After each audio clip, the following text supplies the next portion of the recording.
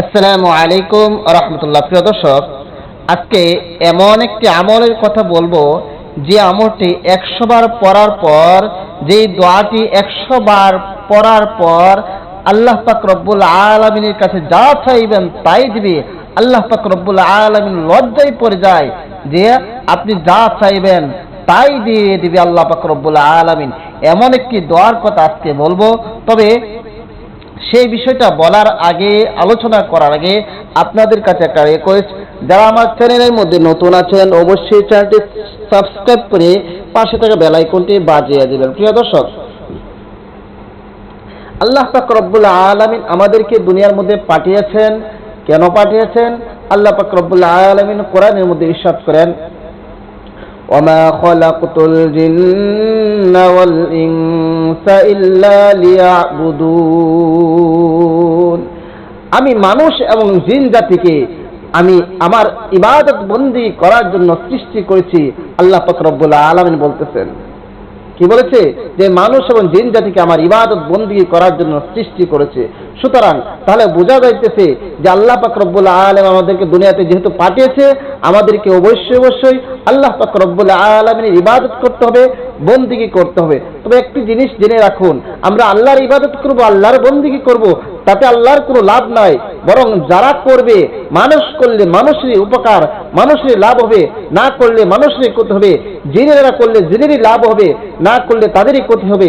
আল্লাহর কোনো লাভ লোকসান নেই, সব লাভ এবং ক্ষতির ভাগী হবে মানুষ এবং জিন জাতি। আমরা ইবাদত করলে আমাদেরই উপকার হবে। এটা মনে করবেন না আল্লাহ তাআলা আমাদের ইবাদতের প্রতি মুখাফিকি, কিন্তু আমাদেরকে দুনিয়ার মধ্যে পাঠিয়েছেন আল্লাহ পাক রব্বুল আলামিন ইবাদত বন্দেগী করার জন্য। এই জন্য আমাদেরকে ইবাদত বন্দেগী করতে হবে।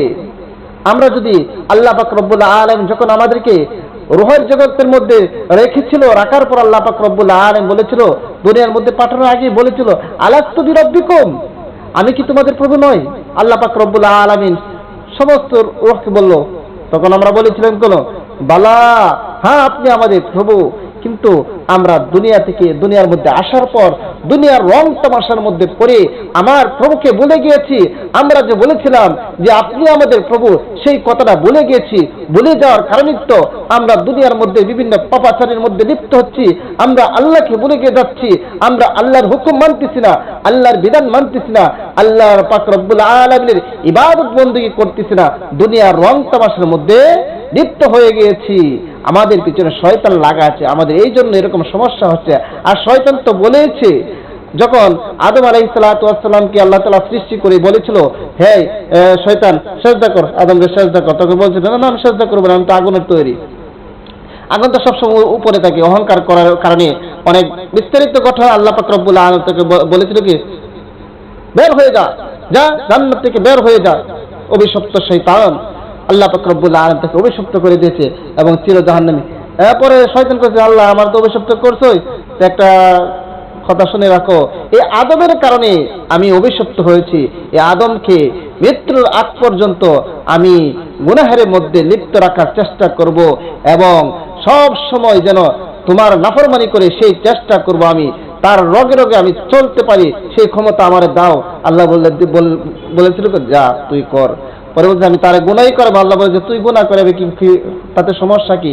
আমার বান্দা যদি 59 বছর গুনাহ করে যদি একদিন মৃত্যুর আগে যদি একদিন খাঁটিভাবে তওবা করে, আমি আমার বান্দার জীবনের সমস্ত গুনাহগাতা মাফ করে দেব। সুবহানাল্লাহ। এই জন্য প্রিয় ভাই বোন, অন্য কথার মধ্যে আলোচনার মধ্যে গিয়ে আমাদের দরকার নেই। মেইন আলোচনা যেটা, সেটাই আমরা আলোচনা করব, অন্য কথা বলবো না। বললে অনেক কথাই বলা যায়। আল্লাহ তাআলা মানুষকে ইবাদত বন্দেগীর জন্য পৃথিবীতে পাঠিয়েছেন। এটাই বলেছিলাম, এই ইবাদত বন্দেগী করতেই হবে সঠিক পন্থায়, মন গড়া করলে হবে না। কিভাবে ইবাদত বন্দেগী করলে আল্লাহ তাআলা মানুষের চাওয়া পাওয়া কবুল করবেন, রাসূলুল্লাহ সাল্লাল্লাহু আলাইহি ওয়াসাল্লাম তা হাদিসে উল্লেখ করেছেন। আমরা কিভাবে ইবাদত করলে আল্লাহ কবুল করবে, কিভাবে করবে না, সব তো আমাদেরকে আমার প্রিয় নবী সাল্লাল্লাহু আলাইহি ওয়াসাল্লাম শিখিয়ে দিয়েছেন। প্রিয় নবী সাল্লাল্লাহু আলাইহি ওয়াসাল্লাম সবগুলো উম্মতদের শিক্ষা দিয়েছেন কিভাবে কি করতে হবে। হযরত উবাইদা ইবনে সামিত রাসূলুল্লাহ সাল্লাল্লাহু আলাইহি ওয়াসাল্লাম থেকে বর্ণনা করেছেন, তিনি বলেছেন, যে ব্যক্তি রাতে জেগে উঠে এই দোয়া পাঠ করে, যেই দোয়াটার কথা বলবো, এই দোয়াটা পাঠ করে তাহলে কি হবে? আল্লাহ পাক রব্বুল আলামিন ওই ব্যক্তি এই দোয়াটা পাঠ করার পর যখন দোয়া করবে, আল্লাহ পাক রব্বুল আলামিন ওই ব্যক্তির দোয়ার সাথে সাথে কবুল করে নেবে। সুবহানাল্লাহ। সুতরাং সেই দোয়াটা কি? রাসূলুল্লাহ সাল্লাল্লাহু আলাইহি ওয়াসাল্লাম সেটা বলে দিয়েছেন। সেটা কি?